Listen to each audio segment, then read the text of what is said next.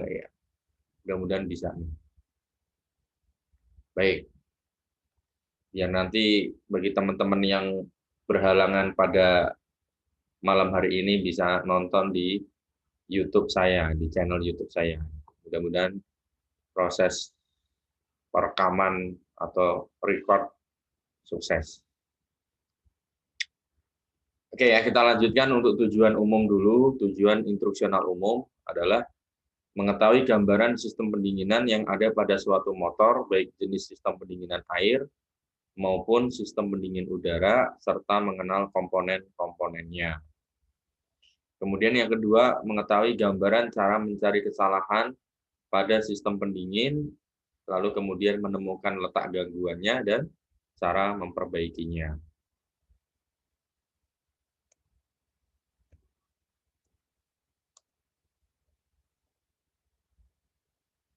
Adapun tujuan yang spesifik, tujuan khususnya adalah yang pertama membedakan sistem pendingin udara dan air.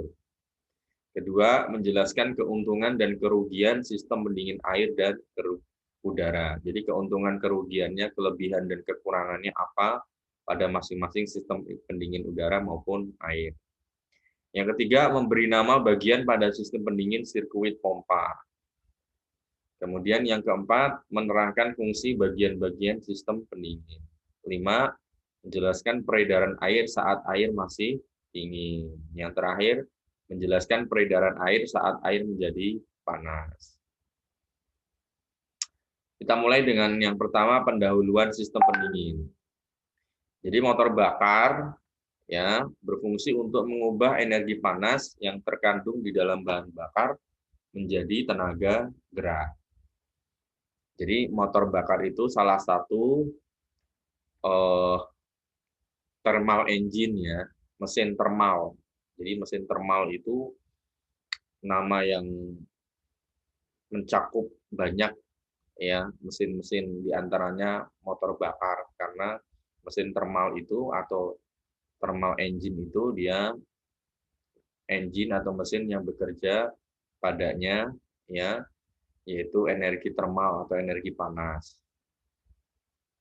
Ini gambarannya seperti ini perubahan energinya. Jadi ada total energi 100%, ada energi yang dikonsum, ada energi yang dimasukkan 100%. Maka ini ada yang keluar nih. Yang keluar sebagai efektif work atau kerja yang efektif itu hanya 25%. Tidak sampai 50%, bahkan 30% tidak sampai ya. Mungkin kalau motor diesel mungkin bisa sampai 30%, tapi motor bensin itu di bawah 30%. Ya. Jadi efektif work hanya 20%, 25%. Kemudian ada friction loss, ada kerugian energi karena gesek. Karena gesek apa? Karena gesek daripada komponen-komponen atau elemen-elemen yang bergesekan. Itu 6%. Kemudian juga ada kehilangan energi disebabkan karena pumping loss. Jadi kerugian karena pumping. Jadi pada setiap atau yang melalui pipa-pipa itu ada kerugian 3%. Meskipun minor tapi dia tetap ada kerugian. Ya. Jadi pumping loss itu kalau kita belajar di mekanika fluida itu biasanya ada dua, minor dan mayor. Ya, minor dan mayor. Kalau minor itu umumnya disebabkan karena adanya permukaan ya, permukaan pada pipa yang tidak licin gitu kan, yang kasar sehingga di situ terdapat adanya gesekan ya, adanya friksi yang menyebabkan pumping loss. Itu minor, tapi yang mayor itu umumnya karena adanya seperti hambatan, valve gitu kan. Kemudian yang lain-lain. Intinya pokoknya yang ada hambatan, ada elbow segala macam. Itu jelas menyebabkan adanya pumping loss atau kehilangan energi pada perpipaan. Cukup kecil 3%. Kemudian yang berikutnya ada exhaust gas loss. Kehilangan energi pada exhaust gas atau gas buang. Jadi gas buang itu tidak seluruhnya itu merupakan murni gas buang. Tapi ada energi yang belum termanfaatkan gitu loh. Ada energi yang belum termanfaatkan sepenuhnya. Jadi dia keluar bersama exhaust gas loss. Cukup besar di sini yaitu 30%, 34%. Ya. Jadi misalkan adanya pembakaran yang tidak sempurna gitu kan. Seperti kendaraan-kendaraan yang lama ya karena adanya apa namanya? Scale, kerak sehingga menyebabkan pembakaran itu tidak sempurna ya atau mungkin faktor-faktor yang lain yang menyebabkan intinya pembakaran itu tidak sempurna sehingga menyebabkan energi itu keluar ya energi itu ikut keluar bersama exhaust gas yang dikeluarkan dari knalpot itu atau muffler itu ya tapi apapun bagaimanapun barunya kendaraan atau mobil itu tetap ada energi yang keluar bersama exhaust gas itu. Hanya saja tingkatannya berbeda-beda ya. Jadi semakin kendaraan itu semakin berumur, semakin tua gitu kan, maka semakin besar ya kemungkinan untuk terjadinya pembakaran tidak sempurna. Kalau pembakaran tidak sempurna yang semakin banyak, semakin besar, maka exhaust gas loss-nya itu tentu semakin besar. Yang terakhir adalah cooling loss. Cooling loss itu di sini kehilangan energi karena pendinginan. Ini juga cukup besar, yaitu 32%. Ya, jadi cooling loss ini memang sebuah apa namanya kehilangan energi yang memang itu lazim ya, konsekuensi logis yang nggak bisa dihindari. Ya, satu sisi memang kita membutuhkan banget pendinginan gitu kan. Kita membutuhkan banget pendinginan. Kalau tanpa pendinginan, sebuah mesin tanpa pendinginan, ya udah pasti rusak total gitu kan. Namanya proses pembakaran terjadi setiap detik, setiap menit, ya, setiap detik bahkan setiap milidetik panas terus berlangsung, pembakaran terus berlangsung. Bayangkan kalau nggak ada pendinginan, maka temperaturnya akan naik terus. Ya nggak? Temperaturnya akan naik terus. Sampai kapan? Ya sampai komponen-komponen itu bisa meleleh gitu ya. Sampai mencapai di atas 10, di atas 1000, di atas 1500. Apa yang terjadi ya komponen-komponen itu akan meleleh kan gitu. Jika tanpa ada pendinginan atau cooling system gitu loh.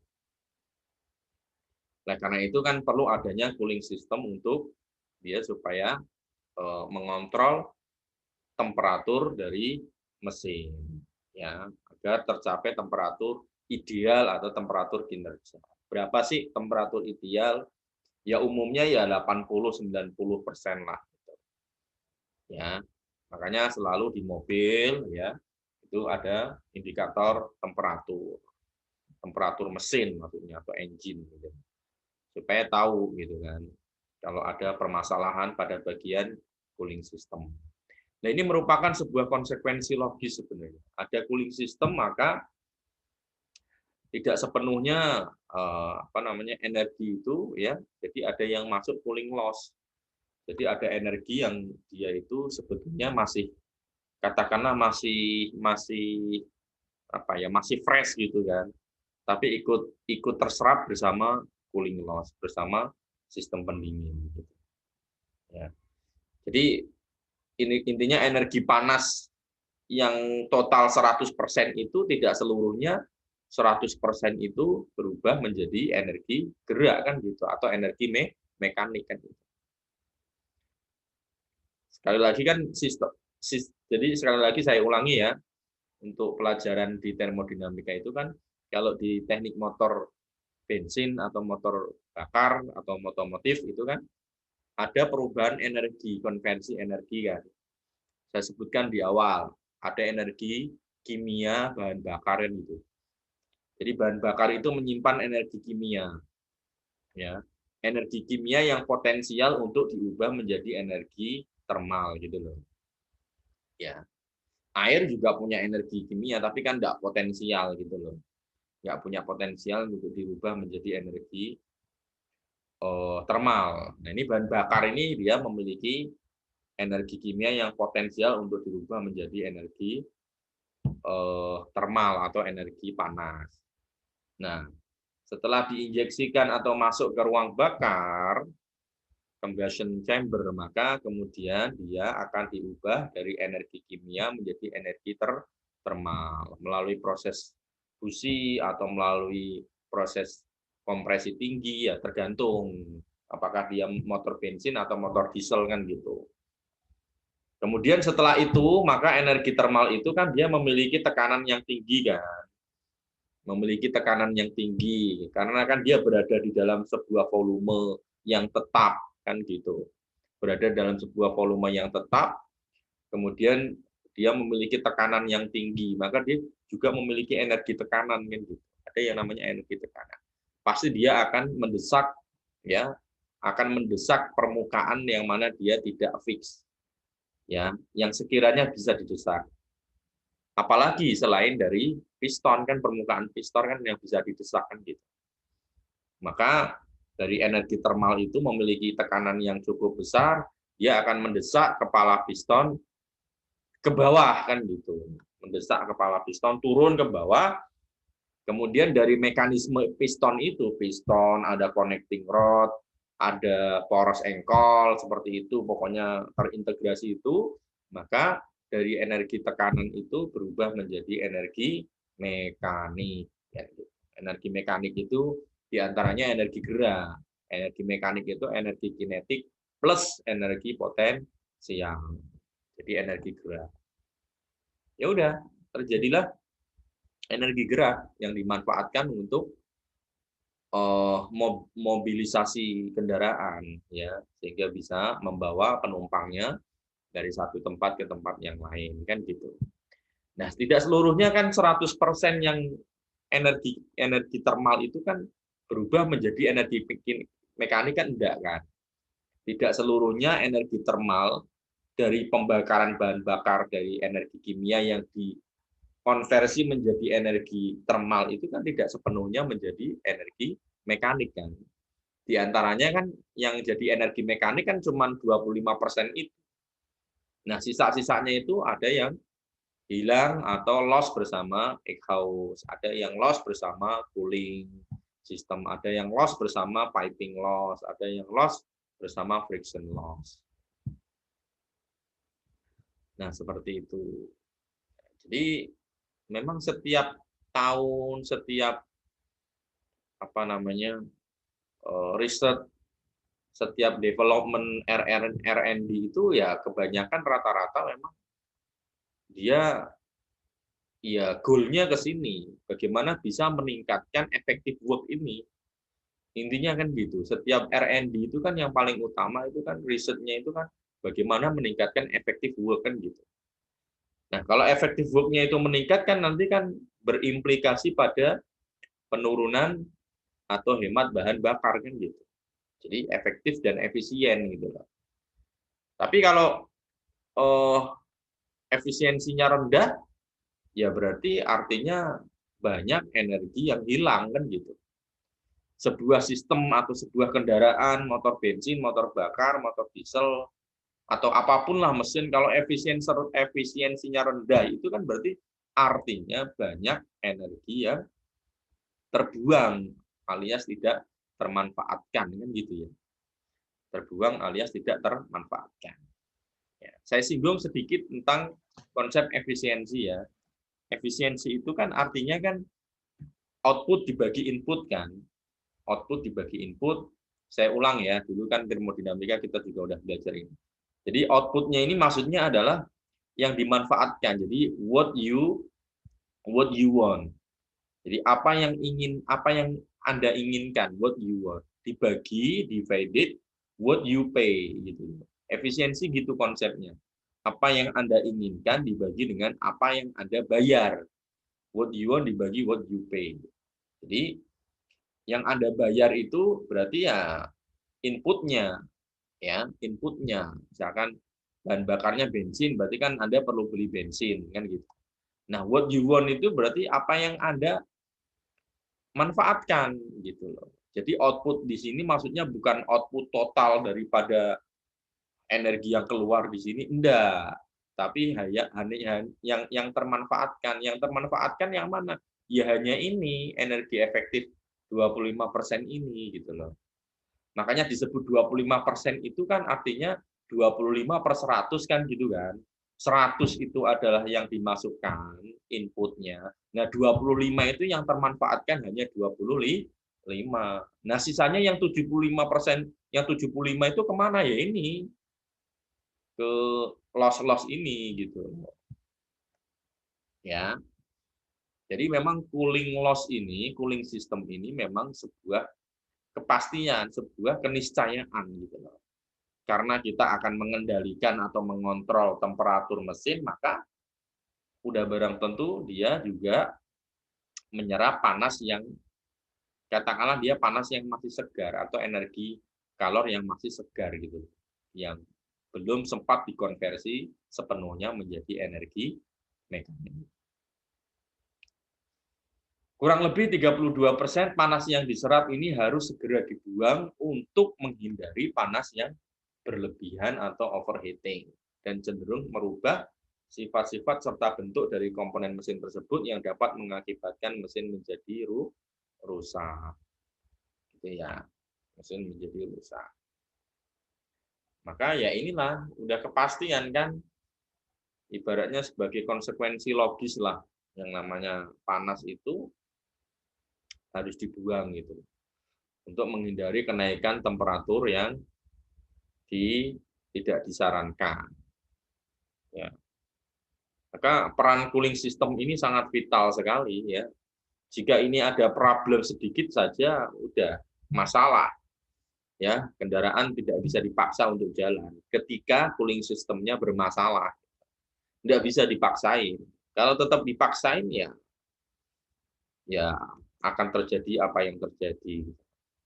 Yang tidak kita kehendaki tentunya. Kemudian berikutnya, selain itu, sistem pendinginan memiliki fungsi untuk mengatur atau menstabilkan temperatur kerja motor atau mobil supaya tetap. Sebab motor yang terlalu dingin akan mengakibatkan pemakaian bahan bakar menjadi boros. Jadi ini enggak cuma sekedar yang kalau temperaturnya terlalu panas juga enggak, tapi juga mengatur atau menstabilkan temperatur. Dingin juga nggak bagus, panas juga nggak bagus kan gitu. Dingin nggak bagus, panas juga nggak bagus. Makanya kan sistem pendinginan itu kan ada yang namanya kan kalau di mobil itu kan ada namanya kan katup kan gitu ya. Ya, ada namanya katup atau valve gitu kan. Termostat lah namanya gitu kan. Nah, dia bisa mengatur kapan dia harus membuka, kapan dia harus menutup gitu loh. Maksudnya membuka menutup itu mana ya? Membuka dan menutup dari atau menuju ke engine gitu kan. Jadi kalau sekiranya memang temperaturnya sudah mendekati atau sudah di atas level temperatur tertentu, maka dia akan segera membuka dengan sendirinya, gitu kan. Sehingga dari mesin itu dia akan cooling apa namanya coolernya itu akan disalurkan ke radiator untuk didinginkan kembali. Tapi kalau temperaturnya belum mencapai temperatur yang diinginkan, ya dia tidak membuka, dia akan tetap tertutup gitu loh. Ya, makanya di sini adalah mengatur, menstabilkan supaya motor tetap tidak terlalu dingin. Ya. Oke, sekarang bagaimana untuk memperoleh pendinginan? Ada dua ya, yaitu pendinginan dalam. Pendinginan dalam itu pendinginan melalui penguapan bahan bakar di dalam silinder. Ya, penguapan melalui penguapan bahan bakar di dalam silinder seperti ini. Nah, ini kan namanya kan apa namanya, sirip-sirip ya, sirip-sirip, atau bahasa kalau di komputer atau bahasa di mesin itu ada istilahnya fins, gitu kan. Jadi sirip-sirip di sini ya fungsinya untuk memperluas permukaan sebetulnya kan, atau untuk memperangkap fluida, dalam hal ini udara, sehingga lebih efektif untuk mendinginkan permukaan ini kan. Nah, ini api ini, bayangkan ini di dalam ruang pembakaran, kemudian di sini adalah udara yang terperangkap di sini kan gitu. Ya, ditambahkan fins atau sirip-sirip supaya pendinginan lebih efektif. Ini terjadi penguapan. Penguapan itu kan artinya kan perubahan wujud atau fase dari apa kemana? Dari cair ke gas kan gitu. Cair ke gas gitu kan. Nah, yang kedua adalah pendinginan luar. Pendinginan luar itu bisa dilakukan dengan radiasi, ya, yaitu pendinginan udara. Panas motor yang dipindahkan ke udara luar secara langsung. Ya. Ini biasanya ya pendinginan udara ya pada motor-motor yang terutama engine-nya tidak terlalu besar lah kapasitasnya, yang kecil-kecil itu dia nggak terlalu signifikan. Biasanya gitu.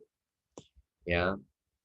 Adapun kalau dengan hantaran pendinginan air itu biasanya untuk motor-motor yang memiliki kapasitas mesin yang cukup besar. Tapi kalau mobil ya hampir dipastikan semuanya adalah pendinginan cair ya, atau pendinginan. Ya, ini tadi metodenya adalah pendinginan dalam dan pendinginan luar. Baik, kita akan bahas pertama pendinginan udara.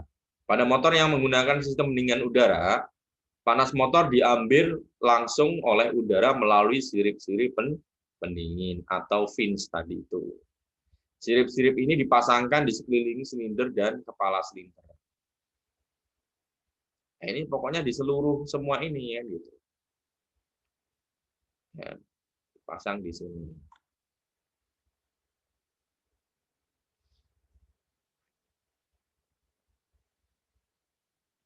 Jadi ini fungsinya adalah untuk memperbesar permukaan sebenarnya ya.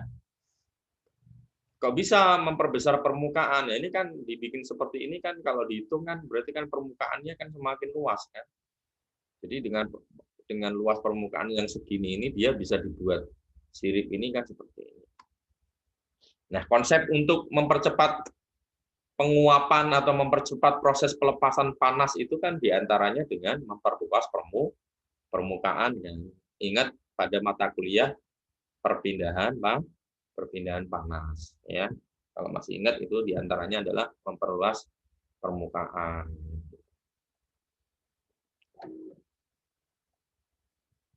Nah, sekarang pendinginan udara ini hembusan udaranya terjadi pada saat kendaraan berjalan atau dilakukan oleh sebuah kipas. Jadi ada yang apa namanya, alami, ada yang tidak alami. Kalau yang alami itu jadi dia nggak butuh fan, nggak butuh kipas. Nggak butuh fan atau nggak butuh kipas. Jadi dia hanya mengandalkan ketika dia berjalan. Memang kelemahannya kalau nggak pakai fan berarti dia ketika dalam keadaan macet ini yang biasanya agak bermasalah. Tapi kalau misalkan dia berjalan seperti biasa, ya nggak ada masalah gitu walaupun tanpa fan.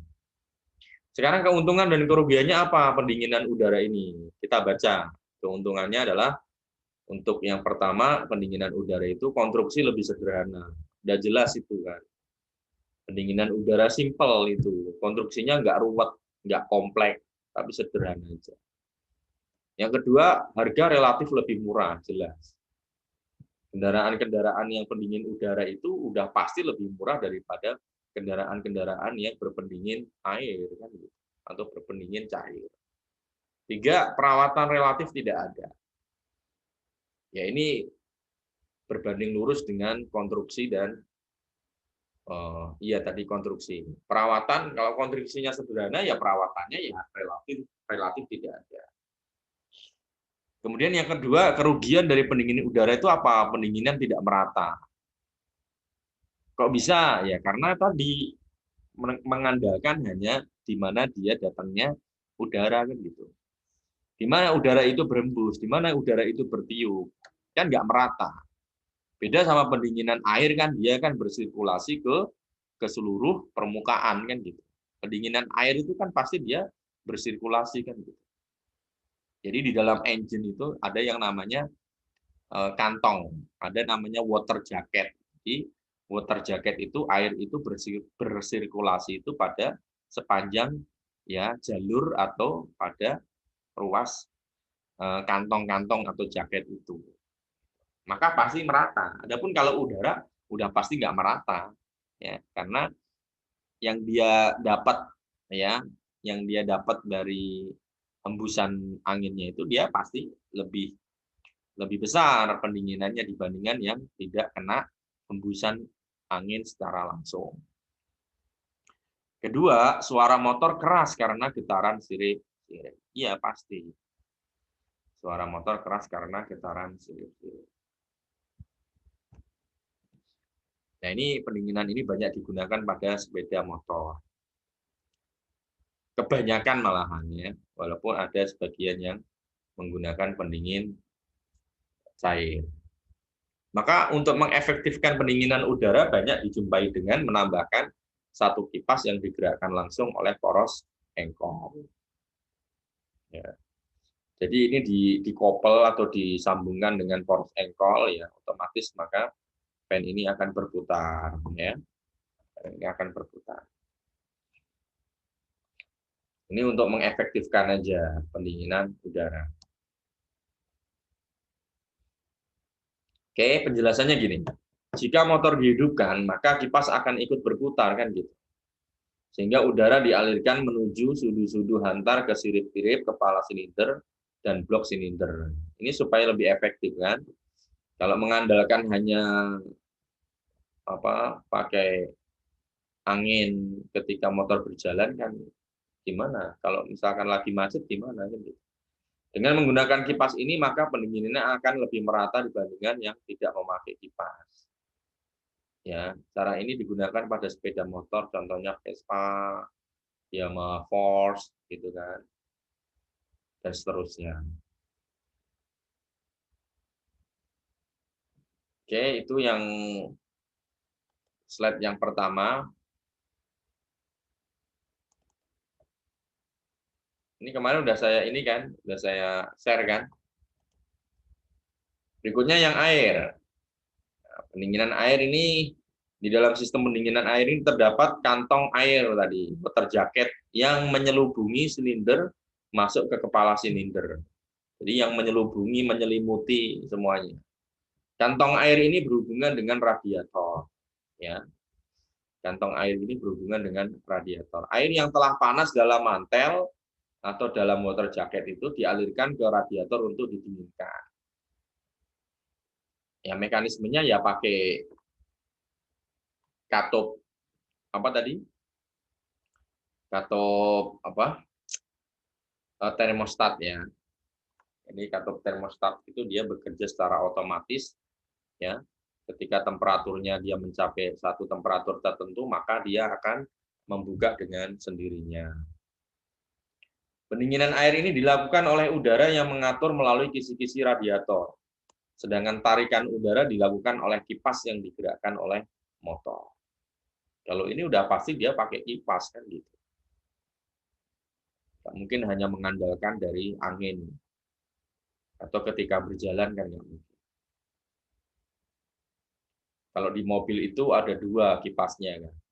Ada fan biasa, yang kedua ada extra fan gitu kan. Ada fan biasa dan ada extra fan-nya. Yang fan biasa itu dia ya berputar ya ketika ya dalam kondisi yang tidak terlalu macet lah, kondisi normal.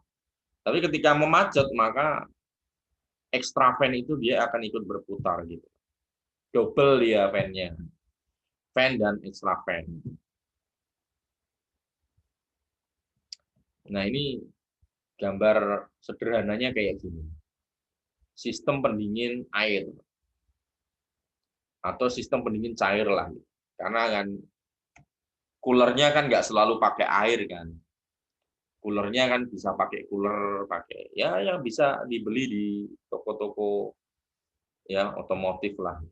Pakai air ya boleh sih. Ya, masing-masing ya tentu kalau yang pakai cooler memiliki kelebihan lah dibandingkan menggunakan air. Tentunya dari sisi dia penguapannya kan gitu. Dibanding pendingin udara, maka pengontrolan suhu pendinginan pada sistem ini lebih mudah. Selain itu dapat diperoleh hasil pendinginan yang merata, udah pasti ya, karena dia akan bersirkulasi secara menyeluruh secara merata. Ini seperti ini tampilannya ya. Jadi ini namanya ini di sini adalah engine ya. Katakanlah ini engine. Di dalamnya ya ini apa namanya? Ya piston ya, kemudian kepala silinder ya, kemudian ya pokoknya di sini engine lah. Kemudian di sini ada fan ya, yang ini disambungkan ke apa namanya poros engkol. Terus di sini ada ini di sini adalah radiator ya. Di sini adalah radiator, di sini adalah tangki apa? Tangki cadangan gitu kan. Jadi di sini memang disediakan air radiator juga. Ya cooler maksudnya ya. Jadi sebagai penstabil level ini jadi. Terus di sini selang ya yang menghubungkan antara ini dan ini. Sederhananya kayak gini ya, kita bisa memahami sederhana gini. Jadi ketika di sini itu sudah cukup panas ya, temperaturnya sudah cukup tinggi, maka dia akan ya coolernya ini akan menuju ke sini kan gini. Nah, ini nanti ada kita bagi dua ya. Pendinginan air ini nanti kita bagi dua. Ada yang alami, ada yang tidak alami. Yang alami itu maksudnya dia hanya mengandalkan pada apa? Densitasnya. Jadi ketika panas itu densitas dari suatu cooler itu dia akan apa? Kecil atau besar. Ketika panas maka densitasnya adalah dia kecil. Ya, densitas itu kerapatan atau rho gitu kan. Jadi ketika panas itu dia kerapatannya kecil. Maka dia akan cenderung berada di atas gitu kan. Di atas kemudian dia mengalir ke sini. Kemudian dia turun. Ya. Dia turun karena gravitasi ya. Jadi dia turun dari atas ke bawah ini sampai bawah ini dia udah dingin kembali ya karena dari sini dia dapat hembusan angin yang datang dari depan, begitu juga ditarik ya oleh fan ini, maka ya di sela-sela ini dia mendapatkan udara yang cukup dingin ya sehingga terjadi di sini proses penyerapan dan pelepasan panas. Apa yang menyerap? Yang menyerap ya berarti ya coolernya. Coolernya dia udara di sini menyerap panas. Ya, adapun coolernya dia adalah melepas panas kan gitu. Maka di sini coolernya dia berjalan secara perlahan-lahan, turun secara perlahan-lahan dengan dihembuskan udara atau angin, maka terjadi proses penyerapan dan pelepasan kalor. Sampai bawah dia udah dingin, dia makan kembali masuk ke sini, kembali masuk ke engine. Ini kalau alami dia nggak usah pakai pompa bisa, ya. Tapi kalau yang nggak alami dia harus pakai pompa, seperti itu. Dia nggak cukup ya mengandalkan densitas itu tadi. Nah ini sistem pendinginan air dapat dibedakan yaitu dua cara, alami dan pompa. Apa beda keduanya? Kalau alami itu berat jenisnya ini tadi densitas berat jenis air akan turun bila suhunya bertambah. Dan apabila suhunya turun, maka berat jenis akan naik. Ya. Ini konsep seperti ini sudah pernah saya jelaskan terangkan dulu di perpindahan panas itu kan. Banyak contoh-contohnya, saya kasih contoh. Kenapa kok ada terjadi kebakaran? Kenapa kok rumah itu gampang terjadi kebakaran, gampang apa namanya menyebarnya, gitu kan? Kenapa terjadi angin darat dan angin laut itu? Itu diantaranya ya ada berat jenis di sini. Berat jenis air akan turun bila suhunya bertambah. Ya, berat jenis itu kerapatan lah gitu. Jadi kalau benda apapun itu kalau kena panas itu kan dia nggak rapat kan, nggak mengkerut tapi mengembang. Mengembang itu kata lainnya adalah dia tidak merapat gitu loh. Ya, tidak merapat. Tapi kalau benda kena dingin itu menyusut. Menyusut itu berarti dia volumenya itu kecil tapi dia padat gitu kan.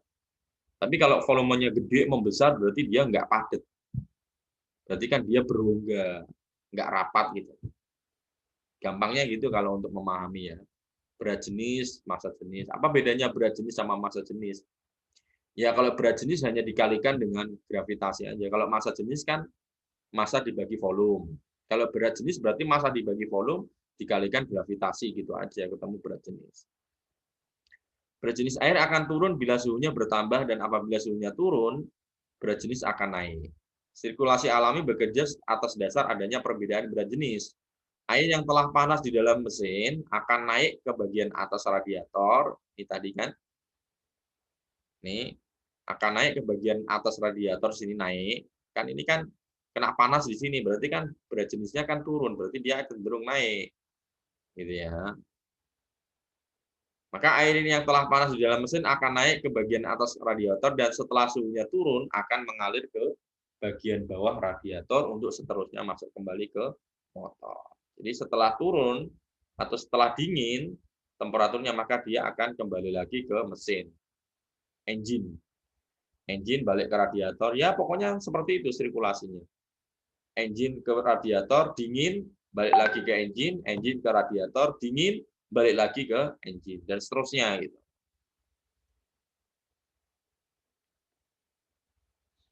Nah ini alaminya kayak gitu. Ini kalau dibikin 2 dimensi. Jadi ini kepala sindernya ada empat piston ya atau kepala silinder ya. Jika dia panas dia maka di sini naik dia. Ya, karena berat jenisnya turun maka dia naik. Naik masuk ke radiator dia turun. Dapat hembusan angin. Sampai bawah dia kan udah dingin. Masuk kembali ke sinilah gitu. Dan seterusnya. Ini alami. Cara kerjanya motor dihidupkan maka air dalam mesin menjadi panas. Volume air mengembang, berat jenis air mengecil, air panas naik ke radiator. Dalam radiator air panas didinginkan maka volume air menyusut dan didinginkan di radiator. Berat jenis air membesar, air turun ke motor dan seterusnya. Adapun kalau yang pakai pompa, maka peredaran air dalam sistem ini pada dasarnya sama dengan yang terjadi pada alami, cuman untuk memperbesar jumlah panas yang dapat diambil tiap satuan waktu, maka peredarannya harus menggunakan pompa. Kalau pompa kan berarti kan dia kan nggak menunggu nggak harus menunggu ya, jadi dia bisa setiap saat seperti ini. Ini ada rumah termostat nih, ini. Jadi kalau temperaturnya belum cukup panas maka dia tertutup di sini. Tapi kalau sudah temperaturnya sudah mencapai level tertentu dia terbuka, baru dia masuk ke radiator. Jadi pintu gerbang nih antara engine ke radiator. Ya. Baru kemudian seperti ini. Kalau ininya bermasalah gimana termostatnya ya harus diganti kan. Jadi uji cobanya itu percobaan termostat itu gampang ya. Kalian kalau punya termostat gitu, misalkan mau ngecek nih termostatnya masih bagus atau enggak gitu. Ya, silahkan aja misalkan kalian kasih air yang mendidih misalkan, masukkan ke air yang mendidih misalkan. Ya, nanti kan lama-lama dia akan membuka itu. Ya. Jadi dia akan membuka dengan sendirinya kalau sudah mencapai temperatur tertentu. Nanti kalau sudah dingin lagi dia nutup kembali gitu. Ini termostat itu seperti itu. Penjelasannya, air mengalir dari motor diteruskan menuju radiator, dan setelah didinginkan melalui radiator ini, air akan kembali masuk ke motor atau ke mobil. Kondisi pendinginan menurut sistem ini lebih baik daripada sistem sirkulasi alami. Karena apa? Karena itu sistem ini banyak digunakan. Keuntungannya apa? Yang pakai pompa itu tadi. Pendinginan dapat merata, jelas. Yang kedua, radiator dapat diperkecil karena aliran air lebih lancar. Ya. Radiator dapat diperkecil karena aliran air lebih lancar. Kerugiannya jelas konstruksinya rumit karena butuh komponen-komponen yang tidak sedikit. Kalau konstruksinya rumit, maka konsekuensi logisnya adalah harga mahal. Kalau konstruksinya rumit, maka sering terjadi atau berpotensi terjadinya kebocoran-kebocoran. Ini hati-hati bocoran-bocoran ya pada selang-selangnya itu. Kemudian yang berikutnya digunakan kebanyakan pada mobil, truk, motor, stasioner besar. Temperatur kerjanya 80 sekitar 80 sampai 90. Ini komponen-komponennya.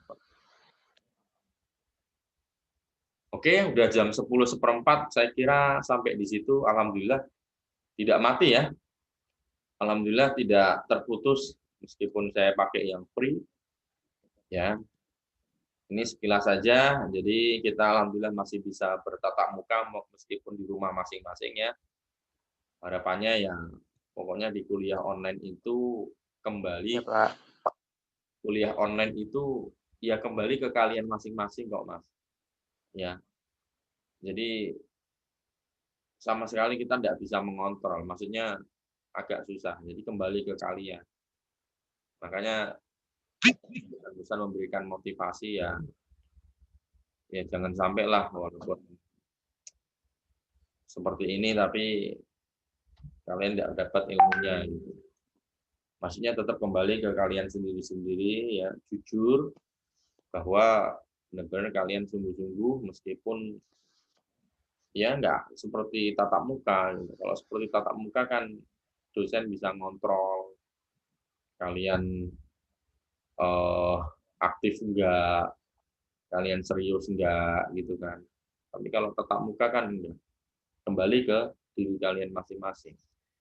Ya, jadi kalian ingin mendapatkan ilmu 10, 20, 30, 40, 100, semuanya kembali ke kalian masing-masing. Kembali ke kesungguhan, optimisme, keseriusan. Sama, tatap muka juga sama, kembali ke kesungguhan. Tapi untuk kuliah daring itu PJJ ini lebih lagi. Ya, itu aja untuk pertemuan hari ini. Semoga sedikit memberikan gambaran ya. Ya, setidaknya kalau seperti ini ya kita bisa baca sama-sama ya, bisa kupas bareng-bareng. Walaupun modul sudah saya bagikan, saya juga yakin tidak semua kalian juga udah baca kan. Ataupun kalau udah dibuka mungkin hanya beberapa aja. Cuman sekilas saja, 1 slide, 2 slide, di situ ya udah gitu kan. Ya kembali lagi ke pribadi kalian masing-masing. Oke, terima kasih. Sampai bertemu lagi di pertemuan berikutnya. Saya nggak ragu kalau kalian sudah dapat bonus seperti ini, saya nggak ragu untuk sering-sering menggunakan Zoom ya. Sering-sering menggunakan Zoom. Karena ya Anda tidak perlu terbebani lah. Sudah lumayan, sudah dapat 50 giga ya. 50 giga. Bagi teman-teman yang belum update, silahkan mohon di-update simaknya. Nanti kalau ada kendala ya silahkan dihubungi pihak terkait lah. Karena setiap bulan ini selalu diajukan ke Dikti ya. Jadi kemarin memang nggak sepenuhnya itu tervalidasi. Ada sebagian yang belum tervalidasi. Bahkan ada mahasiswa yang belum update. Gitu. Padahal kita udah kasih tahu, ayo segera update identitasnya, validasinya, nomor handphonenya. Ada pertanyaan Mas sebelum saya tutup?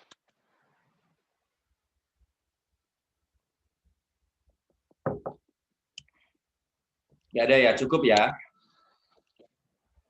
Kalau ada, saya akhiri aja pertemuan hari ini. Assalamualaikum warahmatullahi wabarakatuh. Waalaikumsalam warahmatullahi wabarakatuh.